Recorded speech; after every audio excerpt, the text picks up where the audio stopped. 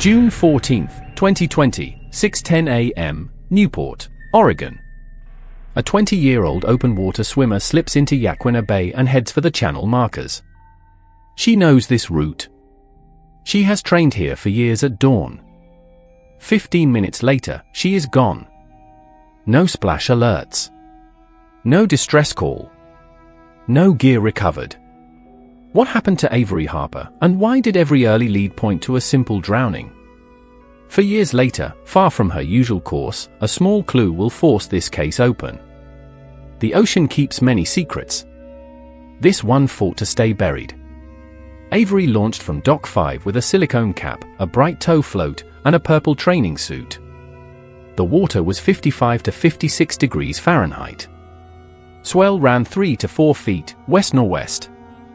Wind measured 9 knots at the jetty head. The harbor webcam caught her at 6:12 passing Buoy 2, inside the North Jetty. Standard out and back, 2 miles to the swell line and home. That was the plan. At 6:17, her tow float vanishes from camera range behind pilings. At 6:19, the frame clears. Nothing returns. By 6:35, her father, Dan Harper, knew the schedule had broken. He had watched 100 mornings from his skiff, then respected her new rule. She wanted independence. She wanted quiet water and no escort. At 6:42, he called Harbor Patrol. At 6:58, Newport Fire launched a rescue RIB. By 7:15, U.S. Coast Guard Sector North Bend had a halo low over the jetty mouth. Searchers ran expanding square patterns across Yaquina Bay and out to the bar. Visibility beneath the surface was 2 meters at best. The tide was mid-flood. Drift modeling suggested anything floating could clear the jetty in 12 to 18 minutes. The official hypothesis formed by noon. Accidental drowning outside the bar. Hypothermia can take strong athletes in minutes without a wetsuit. No mayday. No witnesses after 6:17.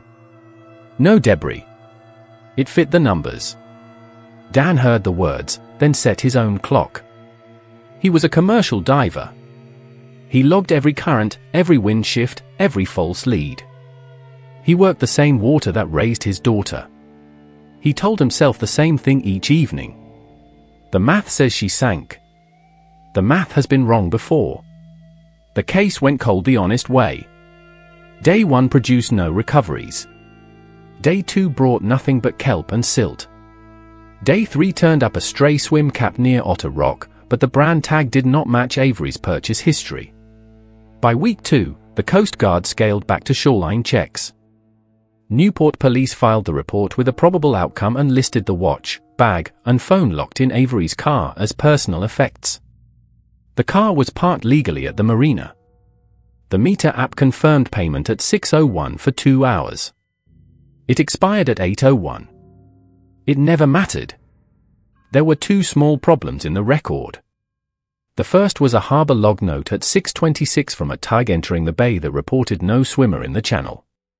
If Avery had turned at the swell line and returned on schedule, the tug should have seen her. The second was a model of the flood that morning.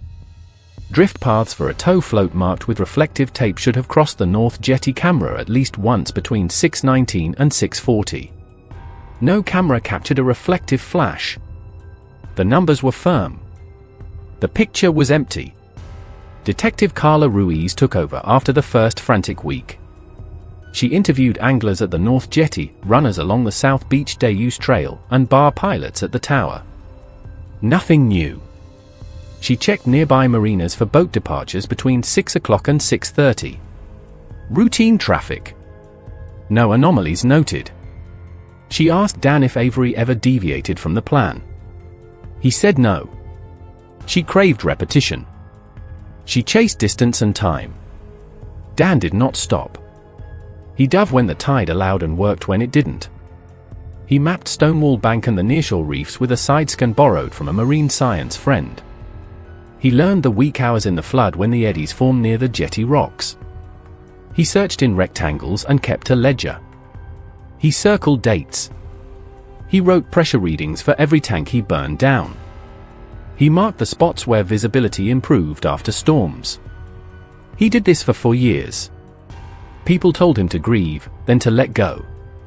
He listened. Then he returned to Dock 5 at dawn. He traced the same line to the swell line. He looked for things others miss because they are not looking for a single person and a single mistake. He scanned fixed structures that collect stray gear and bait bags. He added one more pass beyond the place he had drawn as his outer boundary. He told himself there was no reason to go that far. He went anyway. The file stayed thin. No fraud. No secret trip. No hidden conflict. Avery paid her club dues the week before. Her coach confirmed she was tapering for a regional meet. Friend said she had a simple plan for breakfast after the swim. Avocado toast. Coffee. Nothing dramatic. She was an adult who loved cold water. That is all the paper showed. There is a reason investigators return to fixed markers long after families stop. The ocean moves. Bolted steel does not. One morning, at a structure no one thought mattered, something man-made had been tied down and left to wait. Someone made sure it would not drift. Someone chose a place beyond her usual line. Someone wanted it found late, not never. The question is simple. Why there? At 9:40 a.m., September 23, 2024, Dan Harper tied off to a research buoy west of Stonewall Bank. It sat 11 nautical miles from the Newport jetty. He had pushed past his usual boundary by 2 miles. A zip-tied housing was fixed to a crossbeam below the ladder. It was a deep-rated GoPro case with a white seahorse sticker and the initials AH. The latches showed salt scoring but no cracks. Someone had chosen a place that holds in bad weather and collects debris. Someone had decided it should wait.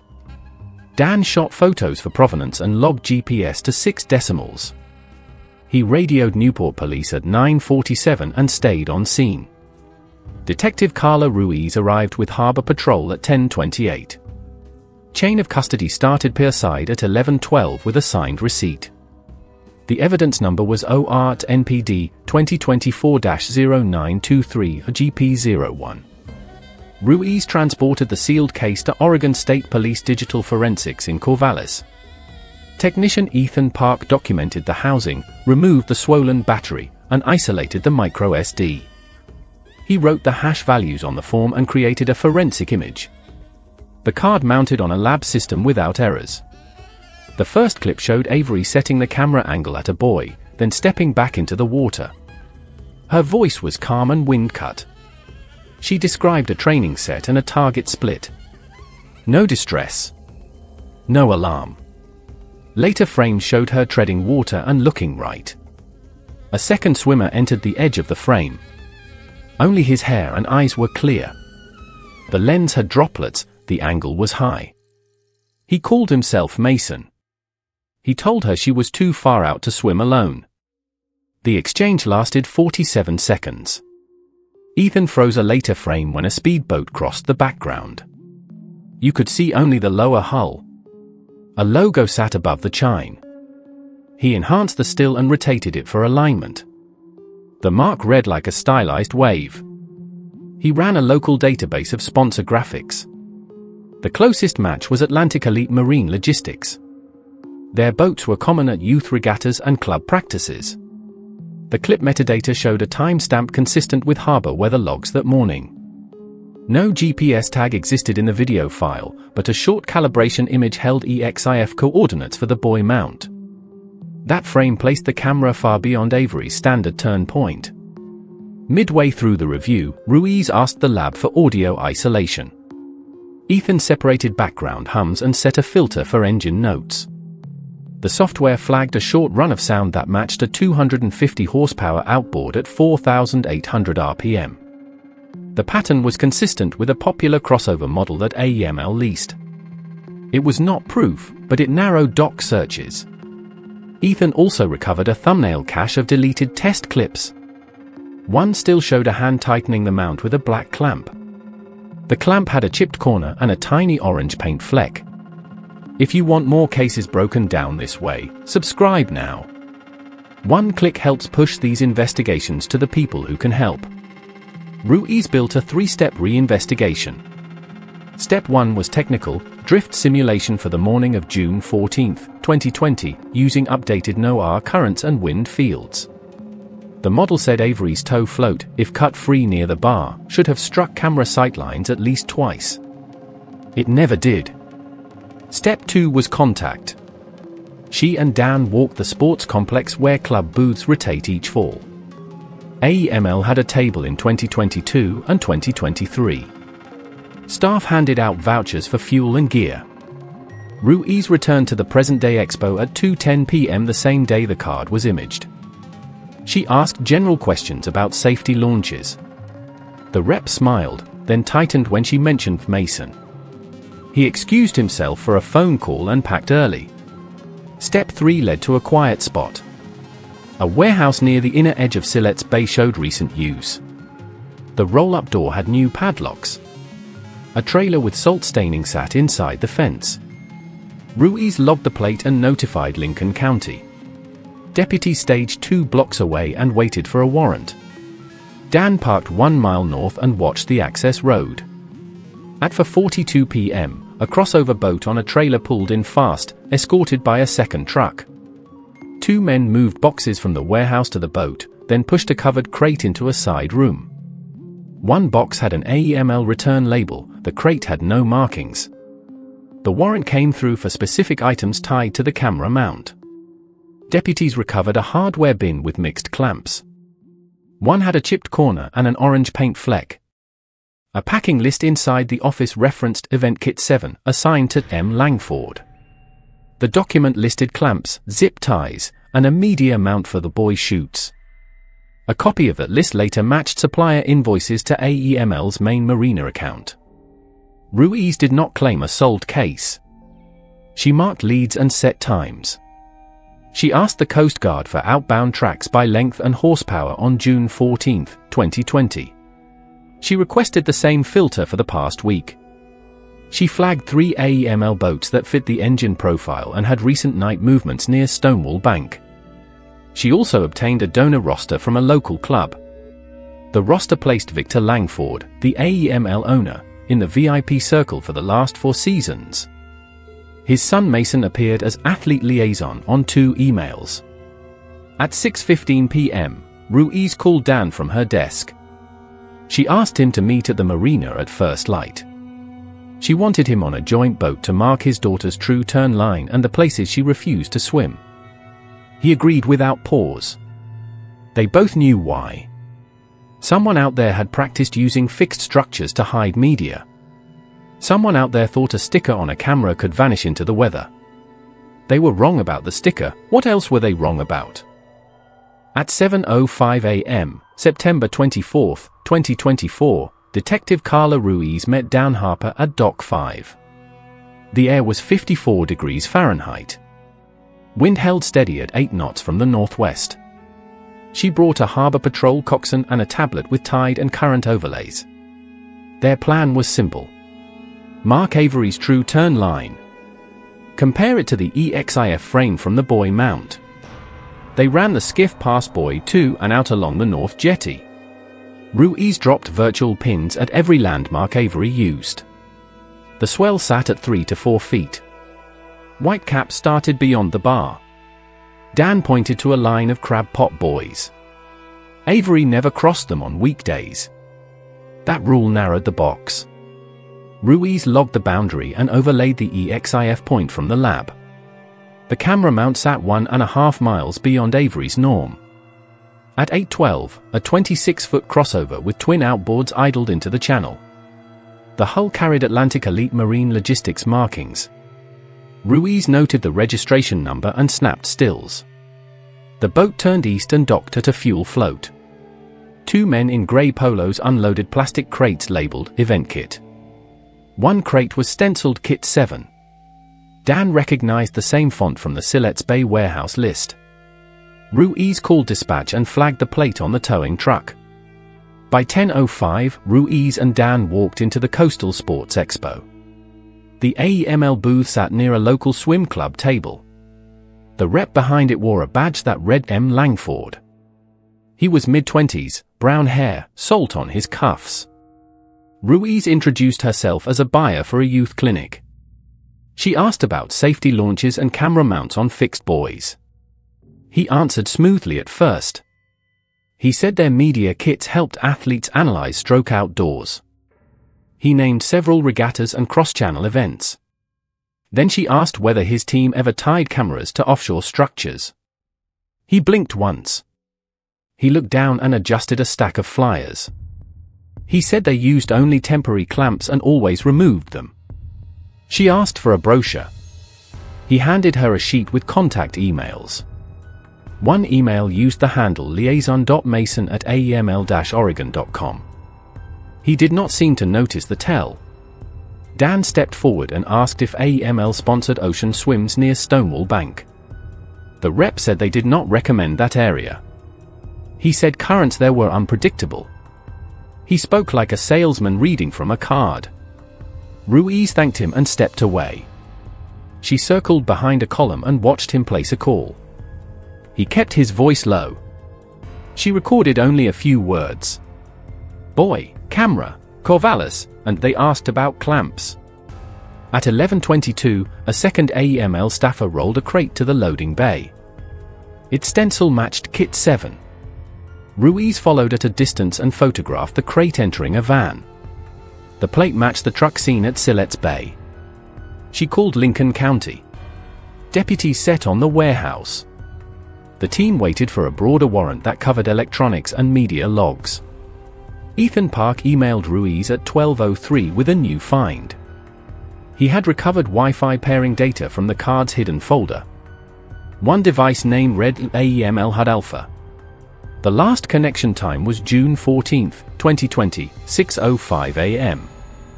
That was 5 minutes before Avery entered the water. The model matched a ruggedized heads-up recorder used by coaching boats. Ruiz forwarded the note to the FBI liaison she had briefed informally. At 1:40 p.m., Ruiz returned to the expo floor. She watched Lem Langford strike the booth early. He packed banners and closed a tablet case. A manager arrived and told him to head to the marina. They moved fast. Ruiz informed Harbor Patrol and left through a side exit. Dan followed in his truck. Traffic was light on the coast highway. The AEML van pulled into the inner marina at 2:07.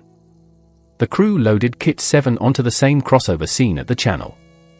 Ruiz kept her distance and filmed the transfer. A third man joined them. He wore a white shirt and a jacket. He matched Victor Langford's profile from donor photos. She captured his face in profile as he spoke to M. Langford. She recorded one line clearly. "You should have removed that mount." They cast off at 2:19 with 3 men aboard. The boat cleared the jetty at speed. Ruiz radioed the Coast Guard for a courtesy shadow. She asked for air support if available. She did not claim exigency. She framed it as a public safety check on a high-speed run. The helicopter launched from North Bend at 2:48. Dan stood on the pier and watched the wake vanish. He said Avery would never have followed that boat by choice. He said she avoided twin outboards because of exhaust and noise. Ruiz wrote it down. Small statements can matter when a case is thin. They drove to Siletz Bay to brief deputies. The warrant came through at 3:31. Inside the warehouse, deputies found clamps, zip ties, and a mount log. The log tracked deployments by date, kit number, and location shorthand. One line on June 14, 2020 read SBOUTR K70600. Ruiz read it twice. SBOUTR could mean Stonewall Bank Outer. The entry listed Operator, ML. It also listed Owner Approval, VL. Ruiz closed the folder and called the Coast Guard. She asked them to mark Stonewall Bank Outer with a loiter box. She told them she would be en route with local units. Dan did not ask to come. He simply grabbed his dive bag and walked to the truck. They were about to test whether 4 years of silence could still hide an active route. At 5:42 a.m., September 25, 2024, Detective Carla Ruiz spread charts on the Harbor Patrol desk. A Coast Guard liaison marked a loiter box around Stonewall Bank Outer. The radius was 2 nautical miles. The air temperature was 52 degrees Fahrenheit. Wind 10 knots from the northwest. Ruiz assigned call signs and a primary hailing channel. She kept it simple. 1 lead boat, 1 shadow, 1 helicopter, and 1 Coast Guard cutter on standby. Dan Harper arrived with his dive bag and a laminated map of Avery's training lanes. He drew a clean line to her true turn point. He circled the structures she avoided and the ones she used to gauge tide. Ruiz wrote the coordinates and handed them to the pilots. She asked Dan if Avery ever swam near the sea caves west of Devil's Punch Bowl. He said no. He called those waters a trap. At 6:18, Lincoln County delivered a fresh extract from the warehouse log. It listed Event Kit 7 and a calendar entry for SBOUTR 1500 load. The initials ML appeared again as operator, with VL as owner approval. Ruiz sent the page to the FBI duty agent. The agent called back at 6:31. A subpoena had returned limited marina records for the past month. Atlantic Elite Marine Logistics had 2 slips in the inner basin and 1 transient tie-up flagged offshore. The transient slot was paid in cash via an envelope drop. The name on the envelope was W. Hart. No match yet. At 7:02, the helicopter crew ran a comms check. Fuel state would allow 90 minutes on station. The pilot asked for a speed profile on the AEML crossover. Ruiz provided yesterday's observed rate, 32 knots outside the bar. She requested a search track that hugged the north edge of the loiter box first. Eddies there can hold boats that want to sit without rocking. Harbor Patrol loaded less lethal gear and a long pole for recovery operations. The Coast Guard cutter reported 1 fishing vessel to the south and 2 sailboats beating into the wind. No high-speed traffic yet. Ruiz briefed the plan one more time. She would ride lead with Harbor Patrol. The cutter would sit east of the box. The helicopter would call movement and record everything. Dan would stand next to the coxswain and point out hazards the charts could not show. At 8:11, an unexpected ping hit Ruiz's phone. Ethan Park had pushed a new lab note. He recovered a short Wi-Fi handshake from the camera's cache that included a boat board network name.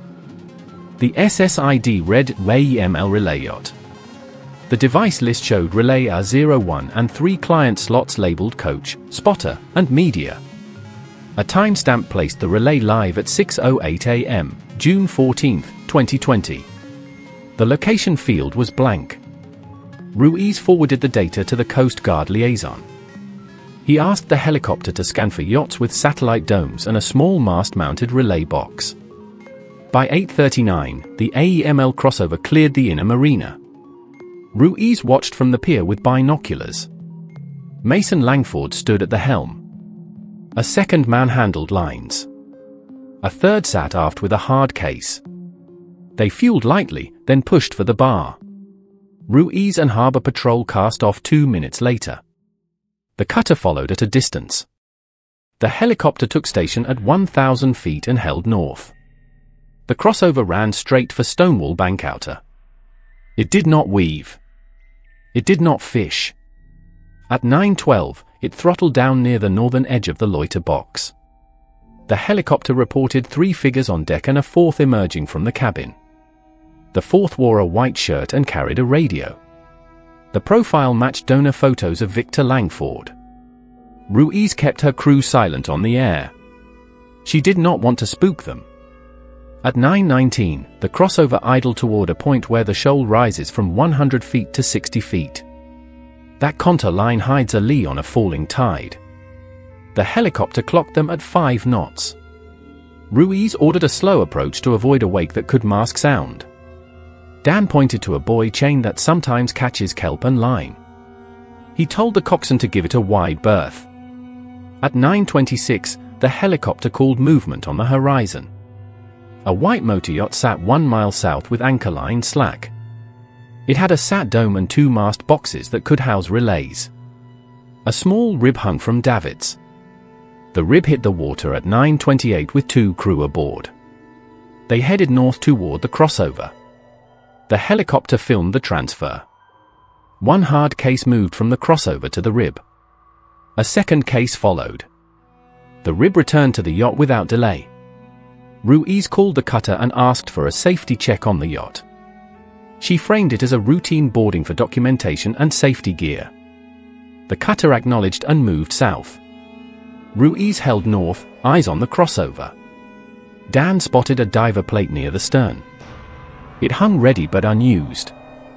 He said Avery hated that plate design. He could tell by the way it dragged at idle. At 9:41, the helicopter reported 2 people on the yacht's swim platform. One appeared to be a woman in a dark suit and short hair. The second held a towel and guided her toward the interior.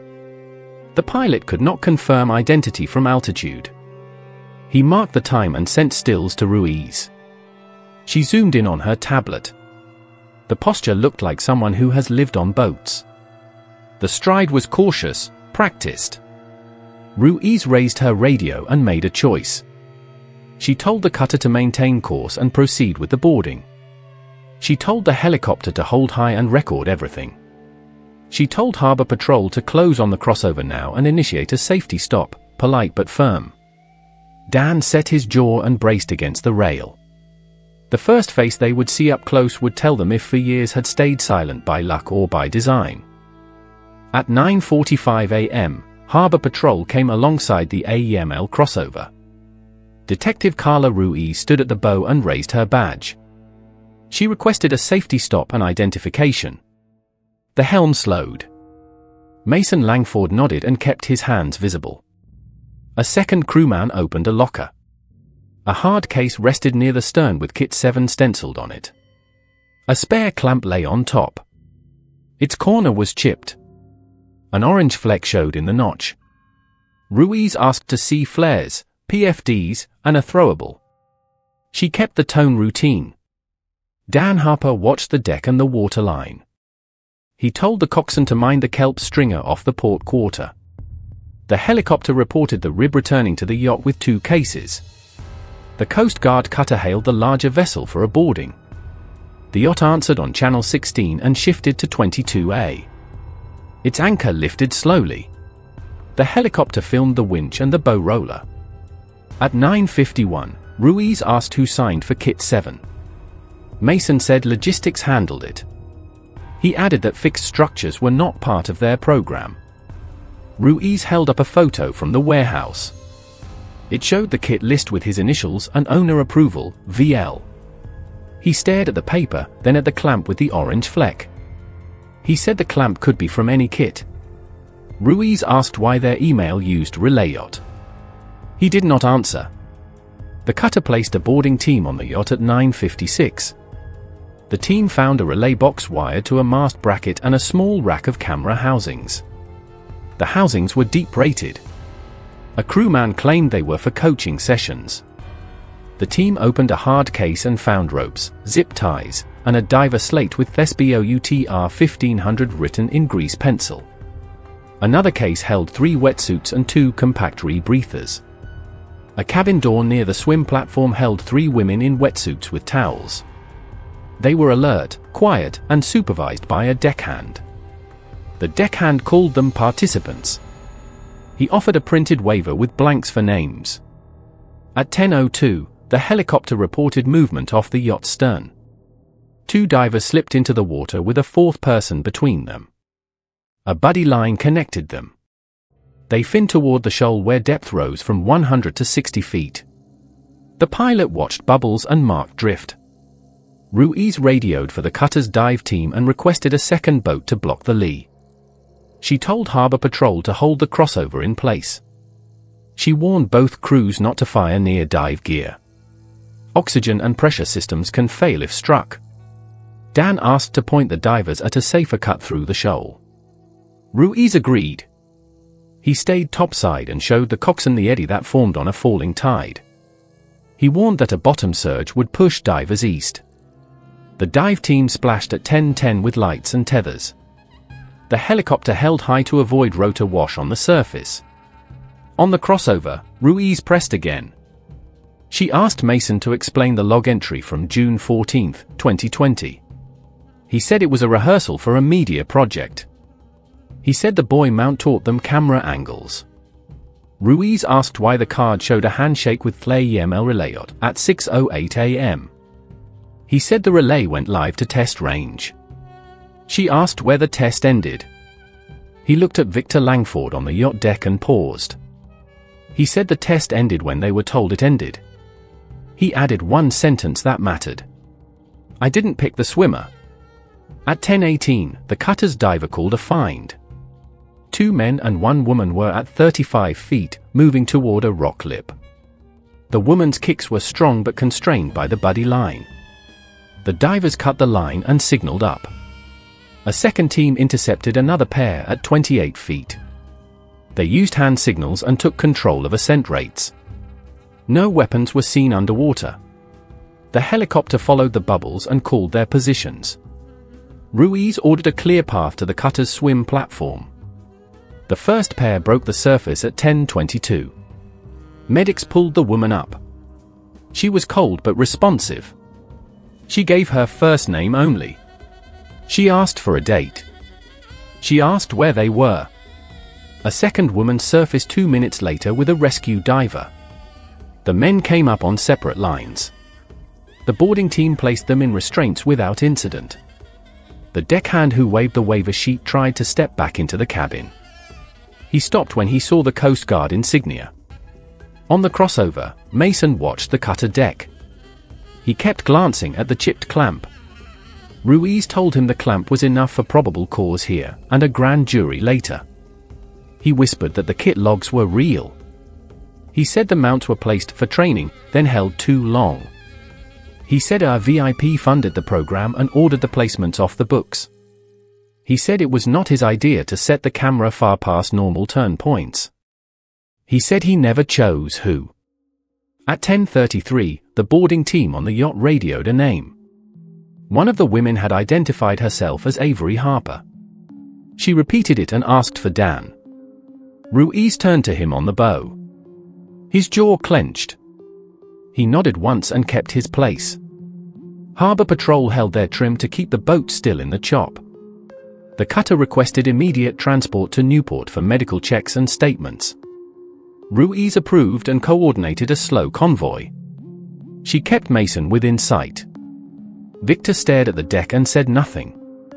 Then the helicopter called one more detail from the mast camera, a second relay channel labeled Cove 02, blinking green. At 10:36 a.m., the convoy turned toward Newport. The cutter led. Harbor Patrol held the AEML crossover abeam. The helicopter stayed high and recorded. Detective Carla Ruiz radioed the hospital and the FBI duty agent. She requested trauma bays and private rooms. She requested a quiet intake free of cameras. She also requested a federal hold on electronic gear from the yacht. Avery Harper sat under blankets on the cutter. A medic logged vitals and skin temperature.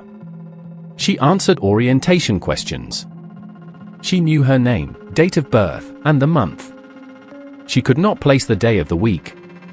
She asked for her father. Dan Harper stood 10 feet away by request. He kept his eyes on the horizon and repeated the plan. Harbor Patrol would dock first. The women would move to ambulances. Statements would wait for doctors. At 11:14, the convoy reached the emergency float. 2 ambulances rolled. The Coast Guard transferred 3 women with standard handoff language. The names were Avery, Leah, and Nora. Dan walked with Avery until hospital doors forced a stop. He handed his contact to the medic and waited by the curb. Ruiz stayed on the pier and cleared the boat decks. She counted hard cases and housings. She sealed the relay box in evidence bags and labeled every cable. The boarding team logged for arrests at the marina. Victor Langford went into cuffs without comment. Mason stayed silent and watched the clamp in an evidence tray. 2 crewmen from the crossover were booked for obstruction and unsafe operation. Ruiz notified the county jail that federal charges were likely. The FBI evidence team arrived at 12:02 with Faraday bags and camera kits. They mirrored AEML tablets and pulled the yacht's router. Ethan Park sent one more lab note at 12:21. The mast camera had recorded the relay screen twice. The second channel labeled Cova 02 showed a green link and a timer. The timer froze at 10:03. It restarted at 10:17, then went dark. Ruiz called the helicopter and asked for a pass on the small coves west of Devil's Punch Bowl. The pilots are 2 rib tracks in surface chop near a sea cave.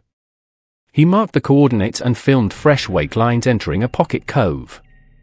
At 12:44, search teams returned to sea. Ruiz stayed ashore to manage custody and interviews.